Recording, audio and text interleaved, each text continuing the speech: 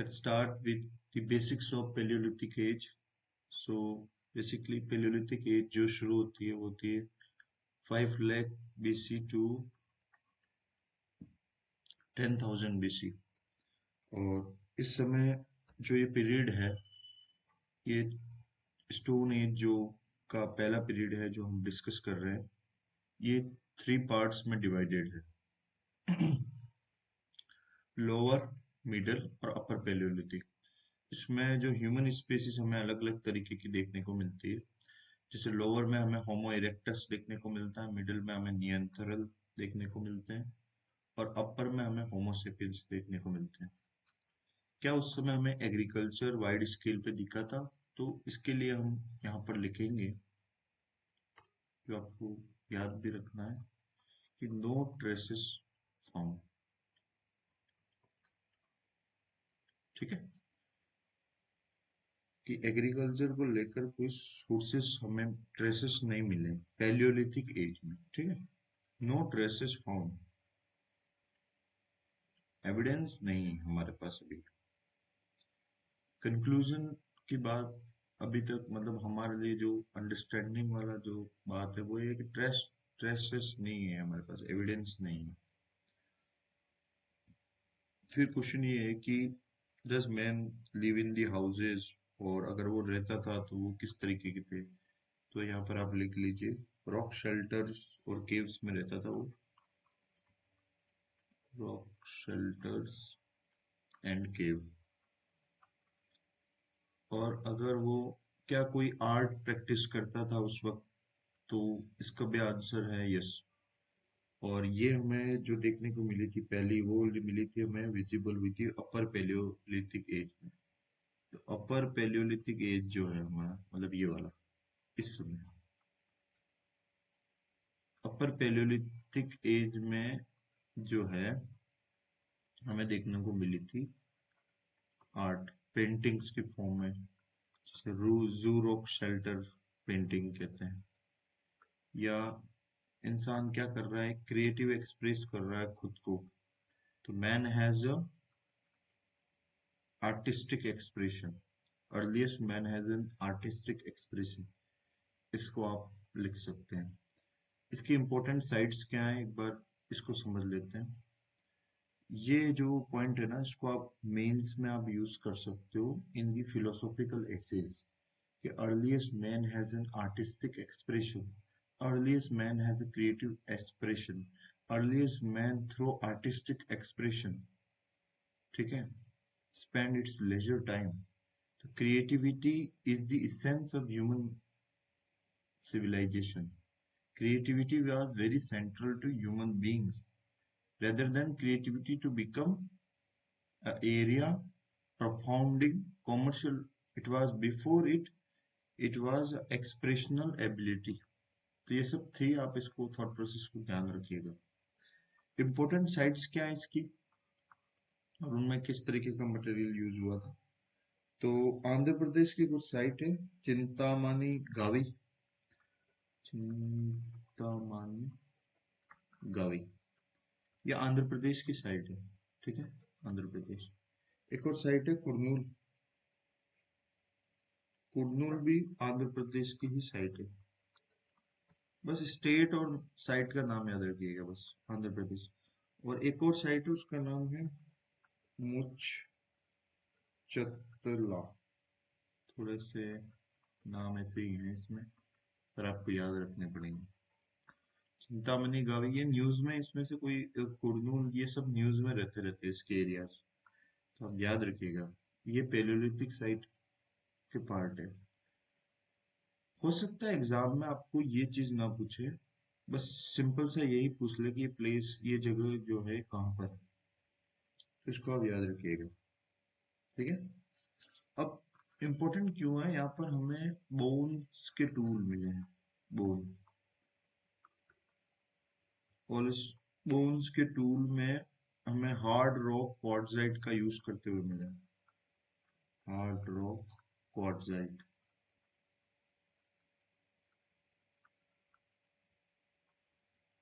ठीक है, hard rock quartzite का यूज करते हुए हमें मिला है।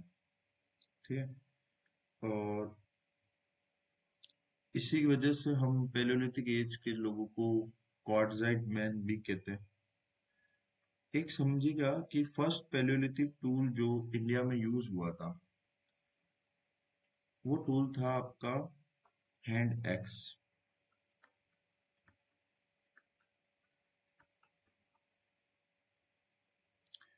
तो हैंड एक्स जो है वो यूज हुई थी। ठीक है, इसको याद रखिएगा।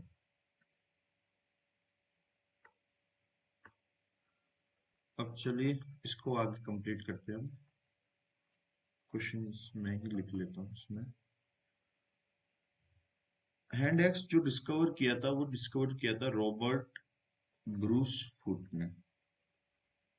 ठीक है, कहाँ से किया था सर? तमिलनाडु के पालावरमन। पालावरमन कंटोनमेंट है वैसे तो, वहां से डिस्कवर किया था। ठीक है, याद रखिएगा।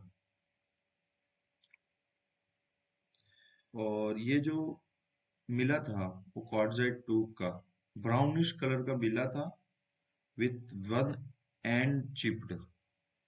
ठीक है, इसको ध्यान रखिएगा।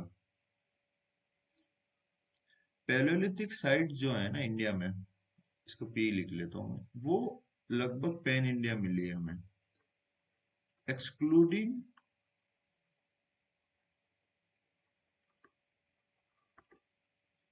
इंडस, गंगा और यमुना वैली।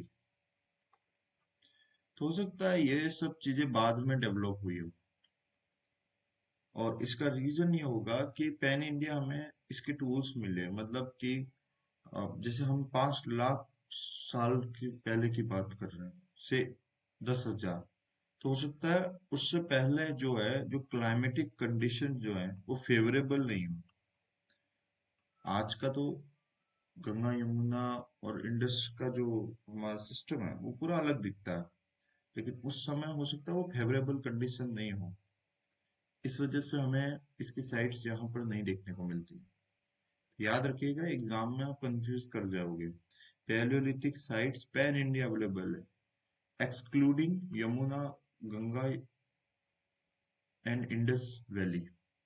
क्यों? क्योंकि favourable condition not during that time. Okay, तो आज हम इनको वैलीज और इस तरीके से नाम कर रहे हैं, उस वक्त ये फेवरेबल ज्योग्राफी नहीं थी। Can I use, if I use the word favourable geography. ठीक है, अगला जो है वो क्वेश्चन ये है कि इन 3 जगहों पर नहीं थी, पर क्या इसमें कोई एक्सेप्शन है? तो यूपी में एक साइट है कल्पी, उत्तर प्रदेश की ये साइट है, और ये एक एक्सेप्शन है इसका कि इंडस, गंगा और यमुना वैली में, यानी गंगा यमुना यहाँ पर तो नहीं मिला था, लेकिन जो कल्पी यूपी की साइट है ना, यहाँ पर पैलियोलिथिक टूल्स हमें देखने को मिले थे। ठीक है, और ये हमें ground surface, terraces, factory sites पर दिखने को मिलते हैं। टेरेसेस जो होते हैं ना, ओल्ड बेड ऑफ रिवर्स, उस तरीके की चीजों पर हमें देखने को मिले। और जैसे इनकी फैक्ट्री टूल्स, जैसे कि फैक्ट्री साइट्स कहते हैं जहाँ पर ये टूल्स मैन्युफैक्चर करते हैं, वहां पर ये सब चीजें देखने को हमें मिली। ठीक है, थोड़ा इसका बेसिक्स हम कंप्लीट करते हैं। अपन ये देख लेते हैं लोअर, अपर और मिडल में किस तरीके से स्टोन, किस टाइप का स्टोन यूज हुआ, किस टाइप के टूल्स थे, और स्टोन का स्टाइल क्या था। वैसे ये क्वेश्चन की प्रोबेबिलिटी कम है, फिर भी अपन थोड़ा डिस्कस कर लेते हैं। तो लोअर, मिडल और अपर पैलियोलिथिक जो पीरियड था उसमें, यहाँ लिख लेता हूँ लोअर पीरियड, मिडल पैलियोलिथिक, अपर पैलियोलिथिक।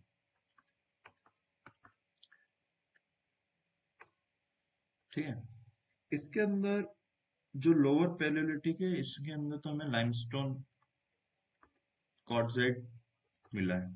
ठीक है, मिडल पैलियोलिथिक में हमें क्वार्टजाइट का मिला है, क्वार्टजाइट जो स्टोन है उसको यूज करते हुए दिखे हैं।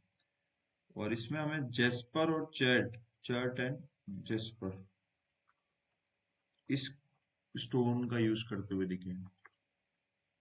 आगे ये है कि टूल्स क्या थे इनके, जैसे कि लोअर में तो था हैंड एक्स, ठीक है, चॉपर,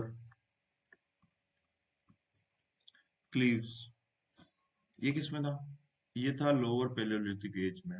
मिडिल पेलियोलिथिक एज में क्या था, मिडिल पेलियोलिथिक एज में ब्लेड थी, पॉइंटर्स थे, स्क्रैपर्स थे, इस टाइप की चीजें हमें देखने को मिली। और अपर पेलियोलिथिक एज में नीडल्स, हार्पून्स।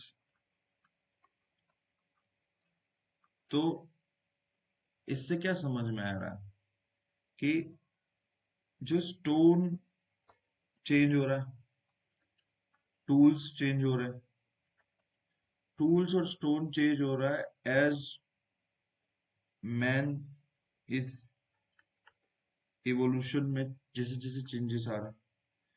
तो क्या टूल्स स्टोन चेंज होने से सर्वाइवल की जो एबिलिटी है उसमें चेंज आ रहा होगा, बिल्कुल आ रहा होगा।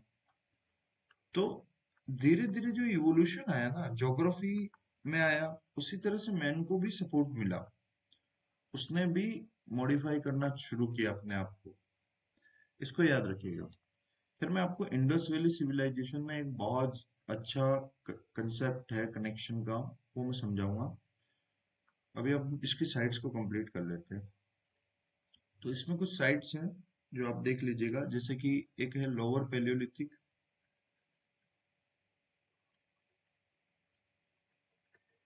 लोअर पैलियोलिथिक, लोअर पैलियोलिथिक में जैसे सोहन वैली, आप लिख लीजिए, मैं बोल लेता हूँ। जैसे सोहन वैली है, सोहन वैली पाकिस्तान में आज के, पोटावर प्लेट्यू है, फिर कश्मीर में पहलगाम है, कश्मीर में पहलगाम साइट है इसकी, लोअर पैलियोलिथिक की। उत्तर बैनी है, डिडवाना है, मोगरा हिल्स है राजस्थान की, जेरुक है सिंध की, भीमबेटका है, भीमबेटका न्यूज में रहता है, भीमबेटका पे क्वेश्चन भी आया हुआ, भीमबेटका मध्य प्रदेश का। और भीमबेटका में ही हमें वो पेंटिंग्स मिली है कुछ कुछ तो, ठीक है, भीमबेटका हो गया आपका। इसके बाद हो गई आदमगढ़ हिल्स है, फिर पेसरा हो गई बिहार की, हुंसागी हो गई, इसामपुर कर्नाटक, तो इसामपुर याद रखिएगा, कर्नाटका, इसामपुर कर्नाटका की, भीमबेटका एमपी की, कश्मीर में पहलगाम, ठीक है, ये सब याद रखिएगा। और भी बहुत सारी है, जैसे बिहार की हो गई पेसरा, बिहार, ठीक है, इसको याद रखिएगा। अत्तीरा पक्कम, ये तमिलनाडु की है, ठीक है, लोअर की होगी। कुछ मिडिल पैलियोलिथिक एज है, उनको याद रखिएगा, मिडिल वाली देख लेते हो तो। मिडिल में जैसे कि इसमें है लूनी इंडस्ट्री, थार रीजन वाली, नेवासा, नेवासा परवरा गोदावरी वैली वाली, ठीक है। और कालपी यूपी में भी है। तो यूपी की वो जो साइट हमें मिली थी ना एज ए एक्सेप्शन, वो मिडिल पैलियोलिथिक एज की थी। रायलसीमा रीजन जो है ना, रायलसीमा डिस्प्यूटेड रीजन रहता है, कर्नाटक और महाराष्ट्र के बीच में। रायलसीमा रीजन भी जो डिस्प्यूटेड रहता है हमेशा, वो मिडिल पैलियोलिथिक का पार्ट है, ठीक है। वैसे इस टाइप से क्वेश्चन पूछे नहीं, इतना बारीक यूपीएससी पूछती नहीं है, बट फिर भी आपको थोड़ा ध्यान रहना चाहिए। तो इसलिए मैंने एक बार बोल लिया, अगर आपने सुन लिया हो तो इसको लिख लीजिएगा। और लास्ट है हमारा अपर पैलियोलिथिक। अपर पैलियोलिथिक की कुछ साइट्स है। अपर पैलियोलिथिक में जैसे आपकी है, हाँ, अपर पैलियोलिथिक में चौपानी मांडो है, बेलन वैली, यूपी की। चौपानी मांडो बेलन वैली कहाँ पर है, यूपी में। बेलन वैली मैंने पहले भी आपको लिखवाई थी, आपको याद हो, series of Palaeolithic, Mesolithic, Neolithic, तीनों का एक सीरीज हमें यहाँ देखने को मिला है, स्टेज इसका, ठीक है। तो इसको आपको याद रखना है। बेलन वैली हो गया आपका, और बागोर है। बागोर कहाँ है? बागोर इन एमपी, ठीक है। कुरनूल, कुरनूल पहले भी लिखाया था, आंध्र प्रदेश में, ठीक है। इससे क्वेश्चन आने की प्रोबेबिलिटी ज्यादा है। अर्लीस्ट आर्टिस्टिक एक्सप्रेशन मैन की कब देखी? अपर पैलियोलिथिक पीरियड में, ठीक है। No traces of agriculture has been yet found. देखो जो स्टेटमेंट बनाएंगे ना, स्टेटमेंट ऐसा बनेगा कि आज के जो एविडेंस हमें मिले ना, उस बेस पे ही स्टेटमेंट को क्रिएट करेगा। वो स्टेटमेंट में कोई कंक्लूजन पे नहीं आएगा, क्योंकि इससे एक तरीके की चैलेंज क्रिएट हो सकता है उस क्वेश्चन पे। जैसे कि no evidence of agriculture yet found. Yet जो वर्ड है ना, वो उसको हमेशा सही होने का वो दे देगा, क्रेडिट। क्योंकि येट जो है, अगर भविष्य में मिल भी जाता है, एग्जाम होने के बाद मिल जाता है, अगले दिन मिल जाता है, तो भी ये स्टेटमेंट उस वक्त के लिए सही हो जाएगी, ठीक है। अगला मेसोलिथिक पीरियड शुरू करेंगे अपन। तो मेसोलिथिक पीरियड हम इसके दूसरे वीडियो में चालू करेंगे। मेसोलिथिक के बाद हम नियोलिथिक भी उसी में फिनिश करेंगे। इसके बाद हम इंडस वैली सिविलाइजेशन उठाएंगे, उससे इस साल काफी क्वेश्चन आने की प्रोबेबिलिटी है। तो एक क्वेश्चन मुझे लग रहा है इस बार यूपीएससी प्रीलिम्स में इंडस वैली सिविलाइजेशन से 2026 में।